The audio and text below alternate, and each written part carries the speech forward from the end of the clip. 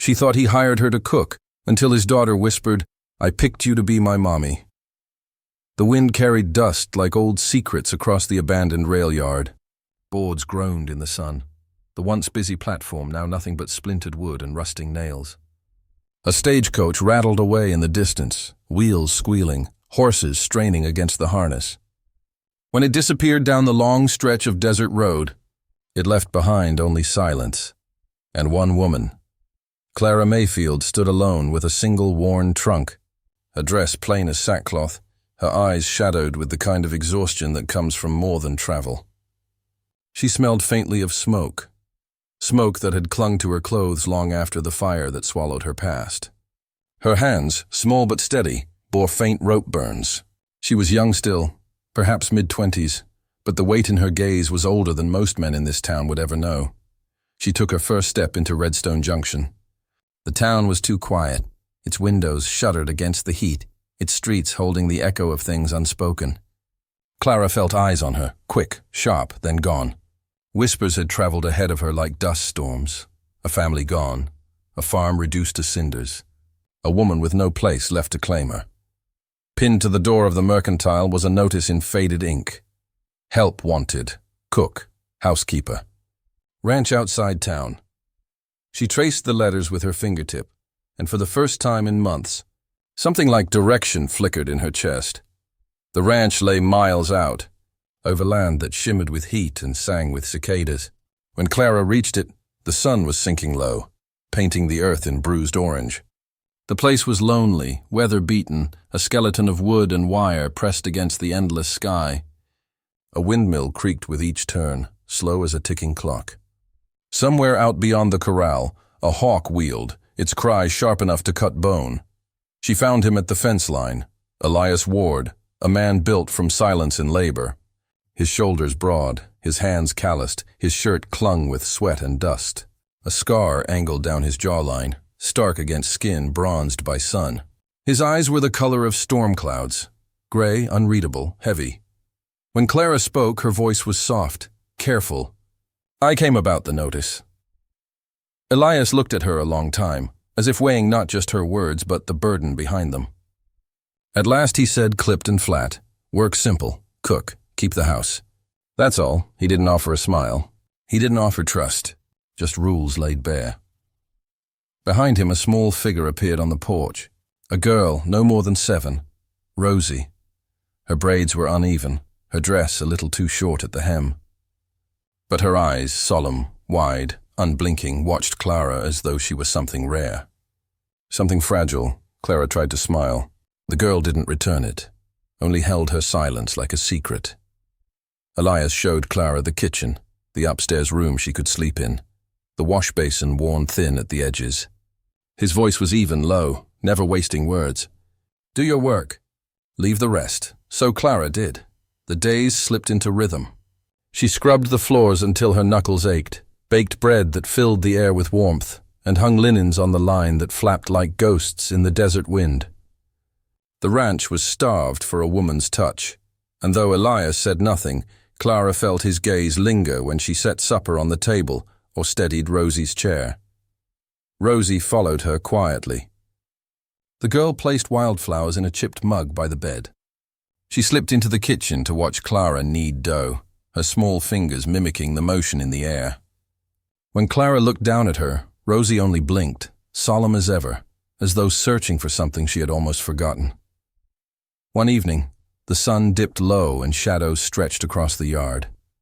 The house was still but for the ticking of the clock and the faint rasp of crickets outside. Clara lit the lantern in her small upstairs room, the flame trembling against the thin glass. She brushed her hair loose, weary but calm for the first time in many moons. The door creaked. Rosie stood there, bare feet silent against the wood, her braid undone, eyes shining in the flicker of the lantern.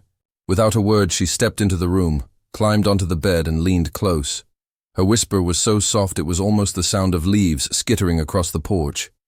"I picked you to be my mommy." The words cut through Clara like a blade of sorrow and hope entwined. Her breath caught. She wanted to speak, but no words rose. She only reached out, fingers trembling, brushing the child's hair from her cheek. In the doorway beyond, the house breathed silence, heavy and watching. The wind pressed against the walls as if listening. The moment hung, fragile as spun glass, and Clara knew nothing about this place would ever be simple again. The ranch breathed with silence, but it was not an empty silence. It was a silence filled with shadows, with the weight of what had once been. Every step Clara took seemed to stir dust that belonged to someone else. In the parlor, a framed photograph had been turned face down, its glass catching the faintest gleam of light. On a chair in the corner lay a shawl folded neatly, though the edges were frayed from years of wear. In the kitchen, a porcelain cup sat on the shelf, delicate and chipped, as though waiting for hands that would never lift it again. Clara never asked, and Elias never spoke. But the walls themselves whispered of the woman who came before her, Rosie's mother, Elias's wife. Elias carried grief the way a man carries an old saddle, worn into his skin, impossible to set down. At dawn he rose with the cold, moving through chores without pause, his face locked in stone. He split wood until his palms bled, fixed fences until his back ached, drove cattle with the relentlessness of a man trying to outrun his own mind. But Clara saw the cracks. At night, when he thought no one was watching, his hands trembled as he poured water into a tin cup. Once, fetching kindling, Clara stumbled on bottles hidden beneath hay bales in the barn, the sharp scent of whiskey leaking from the cork. He wasn't drunk, not ever, but the bottles told of nights when silence pressed too heavy to bear. And then there was Rosie. Elias lingered at her bedside long after she'd fallen asleep. His broad figure bent low in the lamplight, his shadow stretching long across the wall. Clara watched once from the hallway, unseen, and the sight hollowed her chest. A father guarding not just a child, but his last tether to the world. Clara carried her own ghosts. When she lay awake in the small upstairs room, the fire returned to her in fragments, the crackle of timbers collapsing, her brother's voice shouting her name, the searing heat that blistered air and skin. The town's whispers followed just as faithfully. She should have saved him. She should have tried harder. Shame drove her west, far from familiar faces, yet it clung to her still, heavy as soot, and yet, inside this house of sorrow, a small light persisted. Rosie's bond with Clara grew daily, fragile but fierce. Each morning, the girl left wildflowers on Clara's pillow, yellow prairie blossoms, white daisies with stems too short. At supper, Rosie slid her small hand into Clara's beneath the table, her grip firm as if she feared letting go. When Elias's eyes shifted away, the girl's gaze softened with something unspoken, almost pleading. Clara's chest ached with the weight of it. She told herself not to hope, not to crave the belonging she had lost. She knew too well. Hope burns hottest just before it dies. Then came the storm. The wind rose first, carrying dust against the windows. The shutters rattled, hinges straining, and the barn doors groaned like beasts in chains.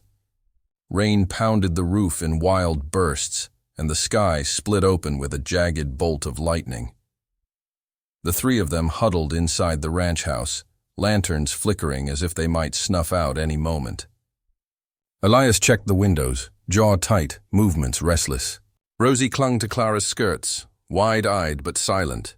Clara tucked the child into bed, whispering over her until the storm outside became no more than a lullaby. Then she stepped into the hallway. The house was dim, shadows thrown long across the walls. That was when she heard it. A voice, rough and broken, leaking through the dark like a wound that could not stay hidden. Elias's voice, "I can't lose her too." The words were raw, almost torn from him, spoken as if to the night itself. Clara froze where she stood, her breath caught in her throat. He had spoken of no one, not his wife, not his grief. Yet now, in the storm's cover, his soul had slipped bare. Her fingers tightened against the doorframe, nails digging into wood. She wanted to step forward, to say something, anything, but her voice failed her, locked in the cage of her chest. In the next room, Elias's heavy boots shifted. A chair creaked under his weight. Then silence fell again, thick as the darkness pressing on every wall. Clara backed away, heart hammering. She climbed the stairs slow, each board moaning underfoot, and slipped into her room. Rosie stirred in sleep, reaching out a small hand, searching even in dreams. Clara lay beside her, letting the girl's warmth steady her own trembling. Outside, the storm raged on, relentless and wild. Inside, another storm brewed, silent, dangerous, born not of rain or thunder, but of two broken souls circling closer, bound by a child's fragile hope and the pull of a longing neither dared to name. The horizon stirred with dust before the riders appeared. The land stretched wide and empty, but Clara felt it first, the faint tremor beneath the earth, like a warning carried through stone and root. Soon the shapes took form against the dying sun, a column of soldiers, horses heavy with sweat, sabers clinking with every stride. Redstone Junction woke with unease. Folks leaned from doorways, whispers running faster than the wind. Soldiers meant trouble one way or another. Clara watched them from the porch of the mercantile, clutching a basket of flour and beans, her knuckles white against the handle. When she returned to the ranch, the air already carried their presence, an old shadow creeping over Elias Ward. That evening, Captain Jonas Briggs rode up the ranch road. Boots polished, uniform dulled by dust but not pride. His jaw was square, his eyes sharp, the kind of man who lived by command and expectation. He dismounted, and when Elias stepped out from the barn, their gazes locked. Old recognition flickered between them, but it was not the warmth of reunion. It was the bitter taste of a past neither had buried. "Ward," Briggs said flatly. Elias gave only a nod, voice low and hard. "Briggs, nothing more, nothing less." The soldiers were given shelter in town, but Briggs insisted on supper at the Ward Ranch. That night, the table bore more weight than food. Clara ladled stew into tin bowls, her hands steady though her stomach knotted tight. The soldiers ate loud, their voices filling the house that had known only silence. Their laughter scraped against the walls, their eyes drifting too often toward Clara. "A woman alone," one muttered under his breath. "Scarred by scandal," another smirked. "Now hiding under a widower's roof," the words stung like sparks against old wounds. Clara's cheeks burned, but she said nothing, only lowered her gaze. Elias's jaw worked, muscles tight, spoon forgotten in his hand. He said nothing, but the air around him bristled, anger coiled and dangerous. Clara could feel it, the way his silence was sharper than any blade. When the soldiers left, their boots thudding into the night, Clara lingered at the sink, hands trembling in dishwater gone cold. Elias stood behind her, silent as stone, and for a moment she thought he might speak. But he only turned, walked out into the dark, and left her with the echo of their laughter burning in her ears. The house quieted, but unease remained. Rosie's small voice broke it first. "Mama!" Clara rushed to her side. The child's cheeks flushed, her forehead hot to the touch. Fever gripped her, and fear rippled through Clara's chest. She fetched cool water, pressed cloth to the girl's brow, whispered old lullabies her own mother once sang. The melody was cracked, fragile, but it steadied Rosie's trembling breaths. Hours passed in the dim glow of the lantern. Clara sat at the bedside, her hair falling loose, her hands never leaving the child's. From the doorway, Elias watched. His face was shadowed, unreadable, but his eyes betrayed him. There was gratitude there, raw, wordless, but also fear, sharp and unyielding. Fear of what it meant to see this woman where his wife once was. Fear of how easily his heart leaned toward what it swore never to touch again. Rosie stirred in her fevered sleep. Her lips parted, her voice weak but certain. "Mama?" The word fell heavy, shattering the fragile quiet. Elias's breath hitched, though he made no sound. His face hardened, unreadable once more, and he turned away. The front door creaked, slammed, and his boots crunched into the dirt outside. Clara sat frozen, her hand still wrapped around Rosie's, heart pounding like hooves in her chest. She pressed her forehead against the child's hair, tears burning her eyes, though she let none fall. Outside, the night was restless. Beyond the ranch, far on the open plains, The horizon glowed with fire. Settler raids, cabins burning, smoke rising like black ghosts against the starlight. The land itself seemed unsettled, hawks circling low, coyotes howling in uneasy chorus. Violence edged closer with every dawn, a reminder that peace was as brittle as dry grass in summer. Elias stood at the fence line, his broad frame outlined against the flames in the distance. The wind whipped his coat, carrying the acrid scent of smoke. He gripped the fence rail until his knuckles turned white, breath ragged, thoughts louder than the storm inside him. He looked out across the dark, the fire staining his eyes, and whispered into the emptiness. "I can't let her in." Not again. The words vanished into the night, carried off by the wind, leaving only silence to answer him. And still, in the house behind him, Clara held Rosie close, humming a broken lullaby as the fever raged on. The sky had been brooding all afternoon, a bruise-colored mass of clouds swelling above the plains. By sundown, the storm broke. Thunder cracked like gunfire across the heavens, and rain came down in sheets, drumming against the tin roof of the ranch. The wind howled through the cottonwoods, bending branches until they moaned like wounded men. Elias was already outside when the worst of it struck, his lantern a dim flicker against the raging dark. Clara rushed into the storm after him, skirts plastered to her legs, hair unbound and whipping across her face. The barn doors strained on their hinges, cattle bawling inside with the rising panic of creatures that smelled danger. Lightning split the night, painting Elias's scarred face in a white blaze that made him look carved from stone.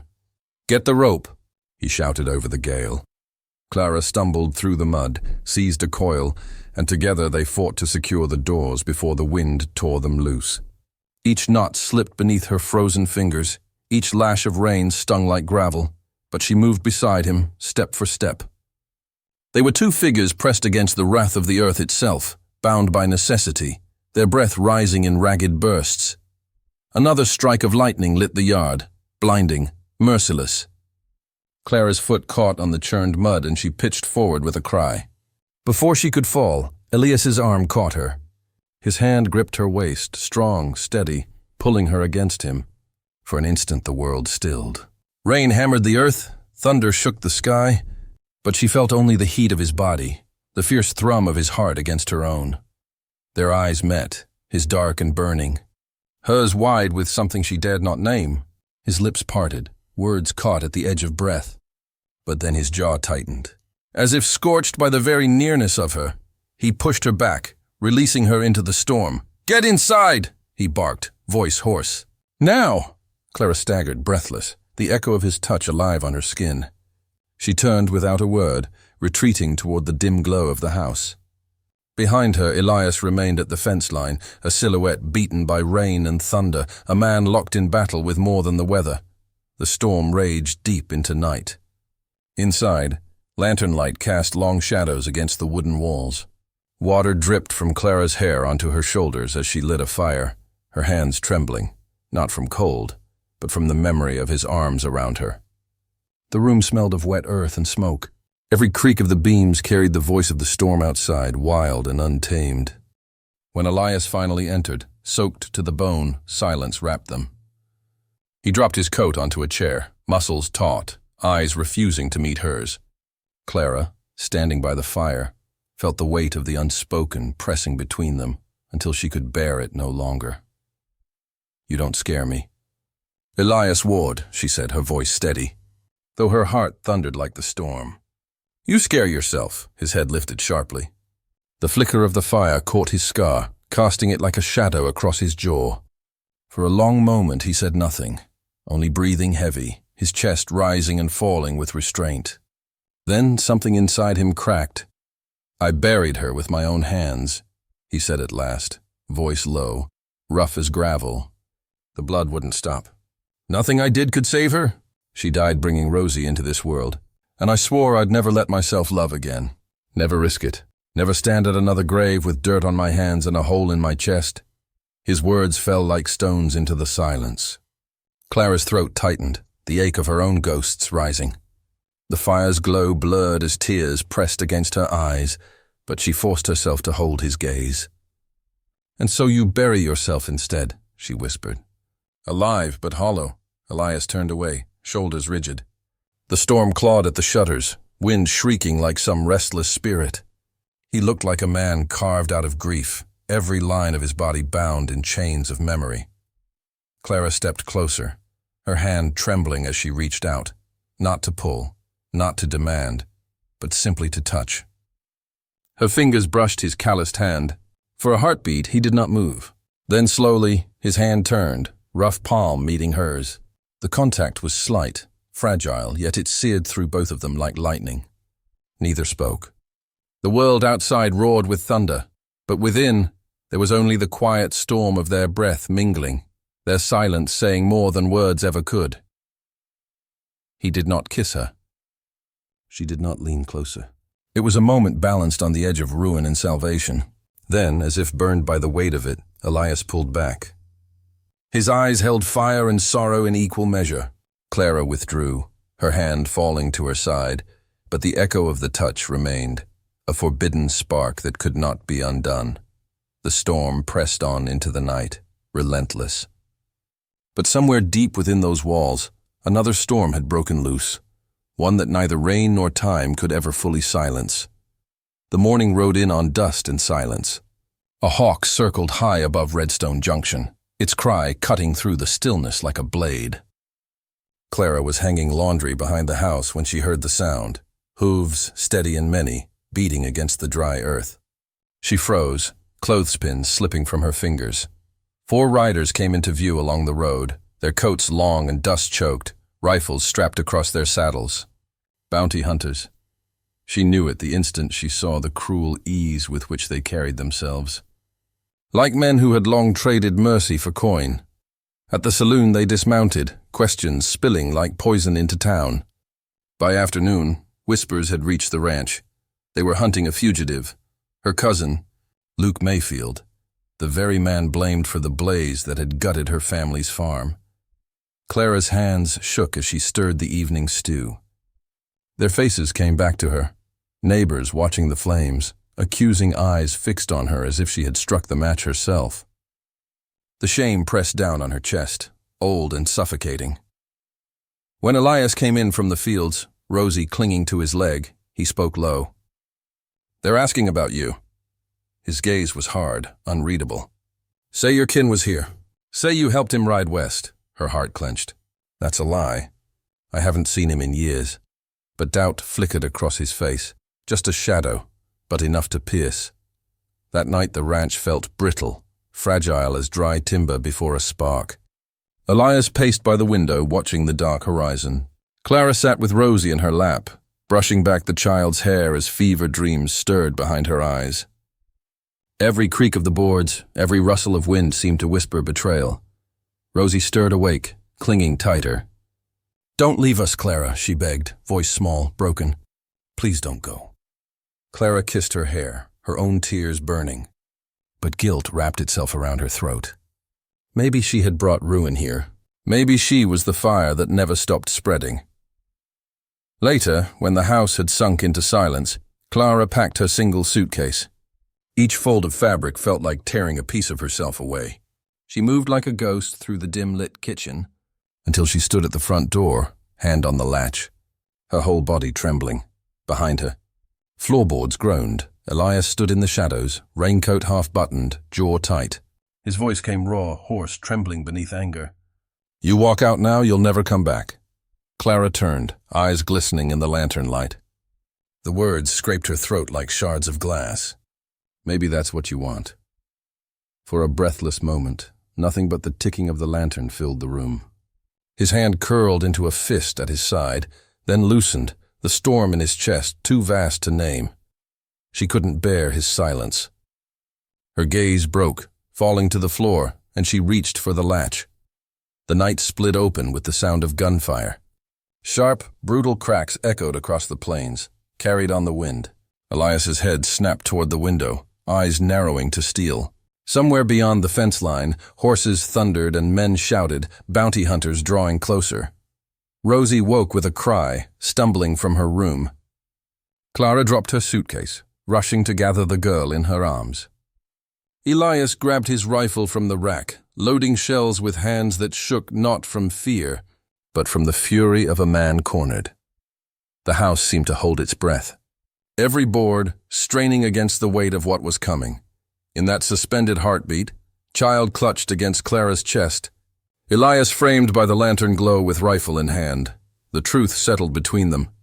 Heavy as the storm before a lightning strike, they could not run from this. Not from the hunters, not from the past, not from each other. The echoes of the gunfire rolled on into the night, sealing their fate. Dawn came not with peace, but with thunder. Hooves beat the hardpan like war drums, and dust rose in choking clouds as the bounty hunters rode in. The horizon glowed pale gold, but the light seemed swallowed by the shadows of men carrying rifles and greed in their eyes. Inside the ranch, the air was brittle, every breath sharp with fear. Elias stood by the window, jaw set, rifle clenched in his hands. His scar caught the gray light, turning his face to steel. Clara was beside him, her hands trembling as she checked the cartridges, yet her eyes burned with something new. Resolve. Behind them, Rosie clutched her doll, silent, wide-eyed, a child too small for such a war. The first shot split the morning, shattering the hush. Glass rained from the window pane. Elias shoved Clara down, barking, "Stay low!" and returned fire. The house shook with violence, each bullet tearing through wood and silence alike. Smoke filled the rooms, acrid and thick. Clara's heart pounded like the hoofbeats outside. She crawled to the table, grabbed another box of shells, and shoved them toward Elias. "Here!" Her hands were slick with sweat, but steady now. She loaded the spare rifle, lifting it with effort. Fear gnawed at her bones, but she forced herself to the window, firing into the haze. The barn caught fire when a lantern tipped, smoke curling into the pale sky. Horses screamed, a sound raw as tearing flesh. Rosie's cries cut through the din. Clara turned, her chest aching, but Elias shouted, "Hold the line!" His voice was ragged, desperate, the sound of a man who would rather burn than bow. The hunters pressed harder, bullets ripping through the doorframe. Then Elias jerked, staggered back. A bloom of red spread across his shoulder, soaking his shirt. His rifle clattered to the floor. "Elias!" Clara dropped her weapon, rushing to him. He collapsed against her, breath searing hot, eyes glazed with pain. She dragged him back from the open window, her strength born of terror and devotion. "Stay with me," she whispered through clenched teeth, her voice breaking like the sky above. "Please, God, don't take him too." Outside, the battle raged. Clara seized his fallen rifle, fury igniting her veins. She propped him against the wall, pressed her hand to his wound, and lifted the weapon herself. Smoke stung her eyes, but she fired again and again, each shot a cry against all the ghosts that had haunted her. At last, silence fell. The dust drifted. The cries of dying horses ebbed to stillness. One by one, the hunters lay sprawled across the yard, blood soaking into the dirt that had once birthed crops and wildflowers. Smoke rose from the barn, curling heavenward like the final prayers of the damned. Clara dropped the rifle, her arms shaking. The ranch was quiet again, too quiet. Elias's head slumped, but his hand found hers, gripping weakly. His face was pale, lips bloodless, but his eyes clung to her with a desperate fire. "I was wrong," he rasped. Voice barely more than breath. "You're not the danger. You're the only thing keeping me alive." Tears blurred Clara's vision. She pressed her forehead to his, her words ragged. "Don't you leave me, Elias Ward. Not now." Small footsteps pattered across the blood-stained floor. Rosie threw herself into Clara's arms, her tiny body trembling. She buried her face against Clara's waist, whispering through sobs, "I picked you. Please stay." Clara wrapped both arms around the child, Elias's hand still gripping hers. The weight of it all, the fire of the past, the judgment, the storm of blood and loss, seemed to lift with the morning sun. She looked through the shattered doorway. The sky had broken open, spilling gold across the plains. Smoke curled against the dawn, and a hawk wheeled high above, its wings gilded by light. For the first time, Clara did not feel like a stranger, wandering in search of belonging. She felt rooted, anchored, Like this broken earth, this broken man, this fragile child, were the very marrow of her own being. Elias stirred, wincing as pain clawed through him, but his eyes never left her. In them, Clara saw not just grief, but the fragile seed of something reborn. The three of them stood together in the silence after ruin, bloodied, but unbroken. Beyond the smoke and ruin, dawn spread itself across Redstone Junction, vast and eternal. And in that light, they claimed what the night had tried to steal, a family, fragile yet fierce, stitched together by loss, bound forever by love.